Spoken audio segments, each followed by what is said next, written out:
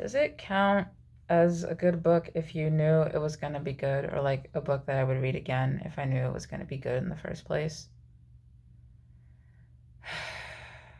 I swear to God, we're this is not going well.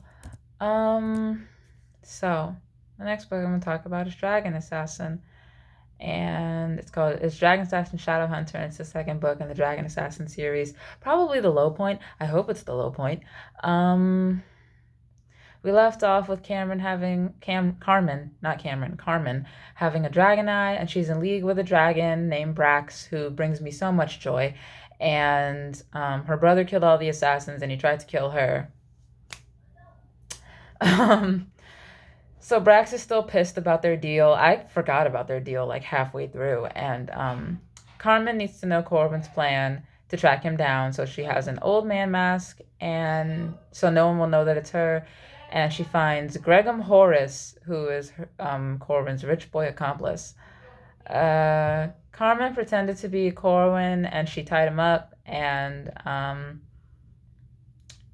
her whole thing didn't go well, like her plan. I don't really know what the plan is at this point. Assassins are troublesome. That's all I got. But Corwin is an assassin, so also these are cat ears, just in case it looks weird. Anyway, um, so Carmen finds a list with like the living assassins' names on it, and one of them is Megan, who was kind of like a bitch to her in the last book, but that's okay because we're all in league now.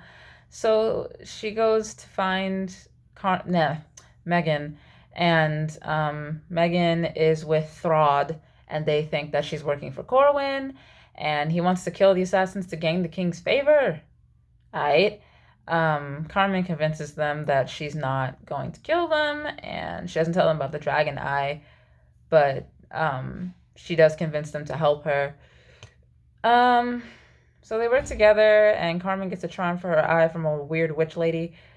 One of the master, I don't know how to pronounce it. She's still alive, and she's in a library because she's with the librarian, and librarians are older than assassins, so she gets protection at the library.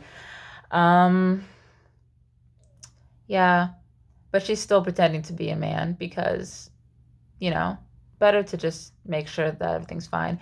So she goes to find Banderas, and they find out from the living master where he is. And Brax can't carry 3 passengers, but they have 2 swans, and swans don't like dragons, but Brax don't care. Eventually, Brax wants to eat them. I don't think he's going to get to, but he wants to. Um, uh, now Megan and Throd also know that she has a dragon. I don't think they know about the dragon eye yet. She told them that her teacher, her like advisor, gave it to her. Throd takes them to his home, and like the farm on the home, because he can't just show up home with a dragon. And Banderas is on Corwin's kill list, and some of Corwin's cronies are here, and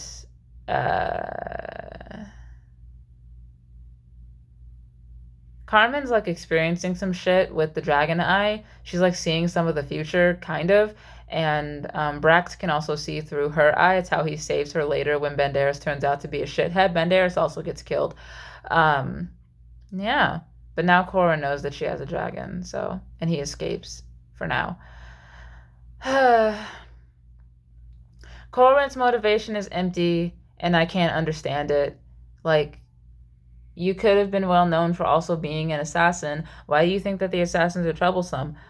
Did you know things about your parents that Carmen didn't, and you didn't share this with her? Like, I have sisters, not twins, but I have 2 sisters. And I find it really hard to believe that in like a couple of years, just because one of them is better than me, that I'll go from wanting to from them being the only people that I have left to wanting to kill them immediately because I won't side with them, or they won't side with me.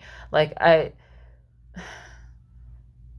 it doesn't say that Carmen was ever a show off. It just says that she happened to be better than everyone else. So what the fuck is the problem? I don't know.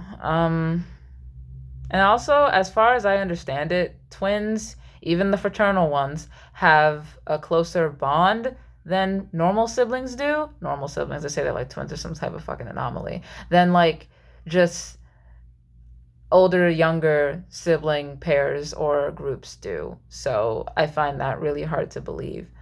Um,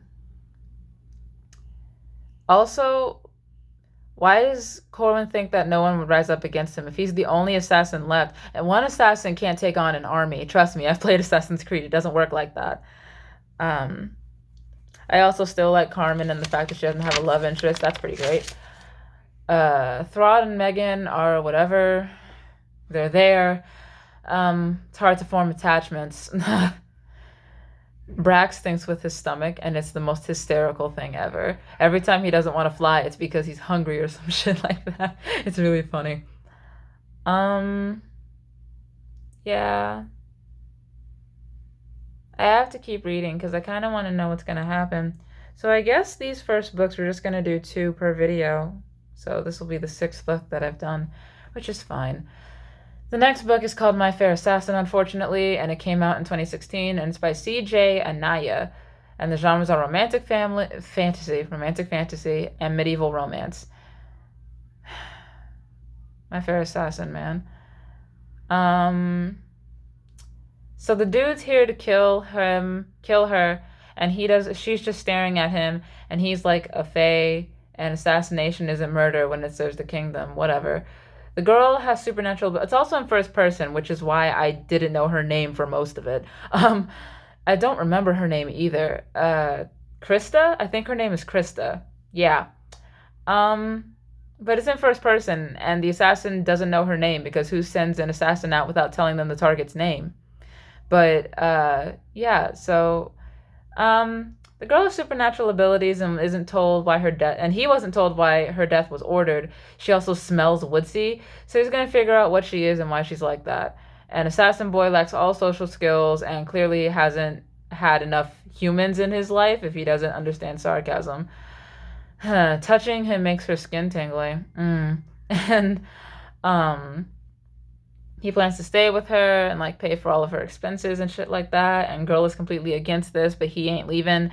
And girl goes to get a job, and guys are literally charmed by her, and eye contact makes them fall in love. And assassin notes this. It actually gets a dude on her tail who like I guess is part of a gang, and he like wants to kill her for leaving him, but assassin dude like attacks him. Also apparently you have to like have the honor of knowing someone's name in this world, so she calls him Chuck. Krista also attracts humans so much because she doesn't have a glamour, because she doesn't know that she's a fairy. I guess that's a trope that I can also talk about. Why in all of these fairy books, including my favorite one, Whims of Fae, why in all of these fairy books don't they ever know that they're fae? Like, has weird shit not been happening to you since your entire life, or at least since you hit puberty? What the fuck? Also, the Chuck's actual name is Jareth. Labyrinth head ass.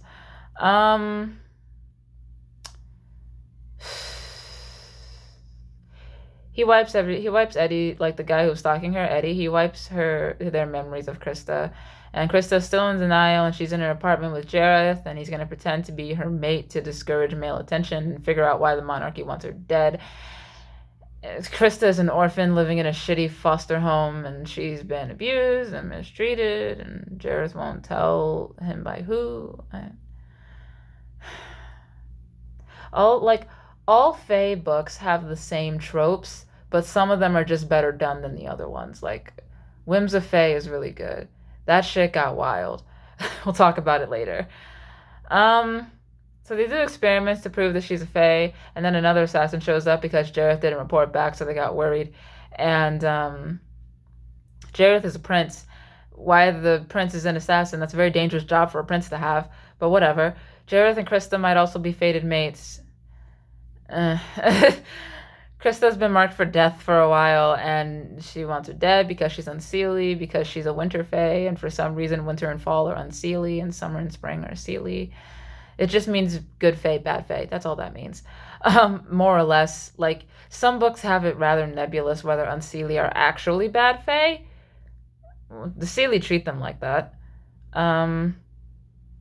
If Jareth and Krista get married, it's going to cause an imbalance in the magic. And also, like, if you are at least one of fucking Scarlet's parents is probably human. So, like, that's plausible that it could hide. Krista, it is implied, is completely fae. So how the a seer saw their wedding and the king had her family killed and they killed the wrong girl. Krista should be dead, and the chancellor who sent Jareth did this on purpose, and he gives up his birthright and binds his soul to Krista. And if the king kills Krista, then Jareth will die too. So the king wants to find a way to reverse this. Krista could be magically coerced, but not if the two of them get married. Anyway, these free books are killing me, dude. Most of this round is free books, and it was killing me. That was Facebook. Anyway, I'm mostly doing this, like this whole channel thing, to get through all of my Kindle books. I imagine that once I'm done with this, I'm probably not going to keep going. Maybe. I don't know. I hadn't read the description since buying the book, so this book wasn't what I wanted. I don't know. Krista's infuriating, and like, you can do magic. Like, you're chalk white and your hair is silver. Like, she's not pale. She's chalk white. Like, yes, there are some people in the world who are incredibly pale and look kind of sickly, but this bitch is chalk white. Absolutely fucking not. Like, you finally meet someone who's like you and you're dickish? Like, okay. You reject the answer to your magic. You're dickish to him. In all fairness, he did try to kill you, but still, like, once he realized that he can't kill you, she strikes me as preppy, annoying cheerleader in the bad way. Like, you know how there are some preppy cheerleaders who like defend bullies and like are really philanthropic and like they're involved in other things on campus besides cheerleading because being a cheerleader gives you no status on campus. Like, those people, that's fine. But like the dickish ones who act like, who like, you come back to your school reunion in 10 years and those people haven't changed at all type preppy, that's what she strikes me as. And it doesn't feel sympathetic at all. Jareth is pissy and annoying, and